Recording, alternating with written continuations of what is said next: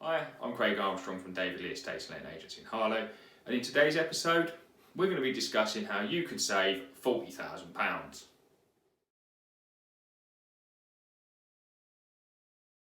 So let's look at the purchase side first. Mr and Mrs A have had a property let out for several years. The tenants have moved out, they've gone in, they've given it a really nice refurb, and they're selling the property chain free just because they've decided they wanted to cash in on it.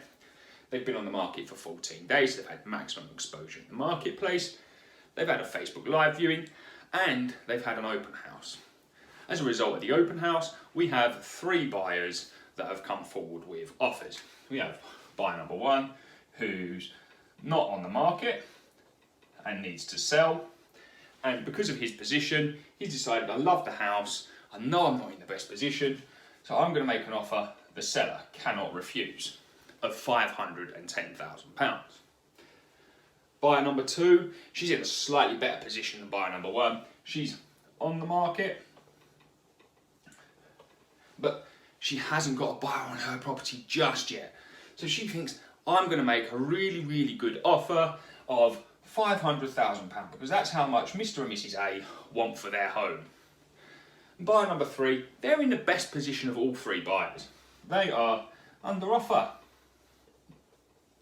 And because they're under offer, they understand that Mr and Mrs A are chain free, they can proceed straight away, and they make an offer of £490,000.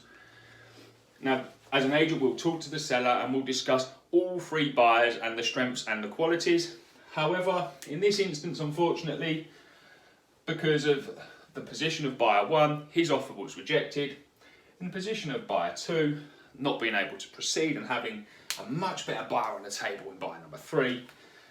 Buyer number 3 here secures the sale at £20,000 less than the best offer that was on the table.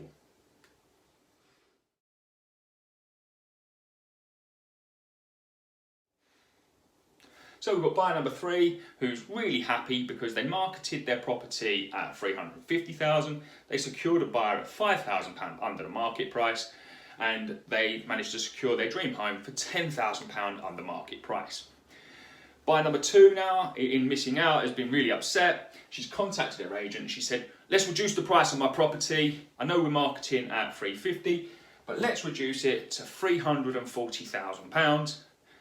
They do that, they're able to get more buyers through the door, and they secure a sale on that property at £335,000.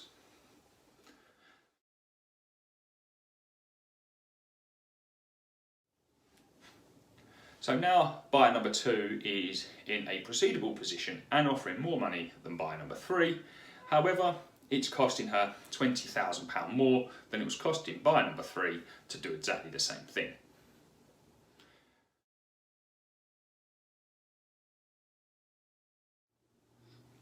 In the meantime, buyer number 1 has launched his property to the market, but rather than going to market at the £350,000 because he needs to sell really quickly, has undercut the rest of the market and has gone to market at £330,000. He's got a buyer through the door who's made him an offer of £325,000, which is accepted because it enables him to make good on his offer of £510,000 on his dream home.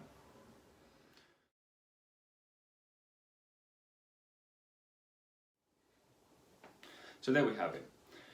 All 3 buyers were able to buy the same house. However, buyer number 3 was able to buy the property £20,000 cheaper than buyer number 2 and £40,000 cheaper than buyer number 1. That's a saving of £40,000. What would you do with £40,000?